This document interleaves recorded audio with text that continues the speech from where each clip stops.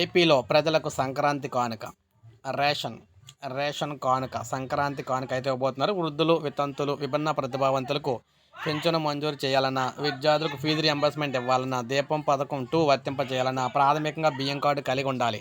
కేంద్ర రాష్ట్ర ప్రభుత్వాలు అమలు చేస్తున్న సంక్షేమ పథకాలకు ఇదే ప్రామాణికం. ఇంతటి కీలకమైన కార్డుల మంజూరు గత వైకాపా ప్రభుత్వం పూర్తిగా నిర్లక్ష్యం చేసింది. దరఖాస్తు చేసుకున్న పేదలు నెలల తరబడి నిరీక్షించినా కూడా వారికైతే కార్డులు అయితే ఇవ్వలేదు. అలాగే మార్పులు చేర్పులు కూడా చేయకపోవడంతో చాలామంది సంక్షేమ పథకాలకు దూరం అయ్యారు. ఈ తప్పిదాలను సరిచేసేందుకు కూటమి ప్రభుత్వం రంగంలోకి అయితే దిగింది. డిసెంబర్ 2 నుంచి దరఖాస్తులు అయితే నిర్ణయించారు. ముఖ్యంగా 2019లో అధికారంలోకి వచ్చిన వైకాపా ప్రభుత్వం ఇప్పటికే ఉన్న పాత కార్డులను కాదని వాటి ముఖ్యమంత్రి జగన్మోహన్ రెడ్డి గారి చిత్రాలు, ఆ పార్టీ రంగులతో కార్డులు అయితే ముద్రించారు. ఇప్పుడు వీటిలన్నిటి కూడా పరిశీలించి కార్డులు అయితే మంజూరు చేయడం జరుగుతుంది. పాత కార్డులను అయితే రద్దు చేయడం కూడా జరుగుతుంది అనమాట. సో ఇప్పుడే మనకు అప్డేట్ అయితే రావడం జరిగింది. అర్హులందరికీ కూడా అవకాశం అయితే ఉంటుంది. ప్రతి ఒక్కరు కూడా అన్ని సిద్ధం అయితే చేసుకోండి. ఫోటోలు అన్నీ తీసుకొని రెడీ చేసి పెట్టుకోండి. సో కార్డులు అయితే వస్తున్నాయి మనకి. సో ఇది మనకి అప్డేట్. ఒక లైక్ చేయండి, సబ్స్క్రైబ్ చేసుకోవాలి. చాలా సబ్స్క్రైబ్ చేసుకోండి.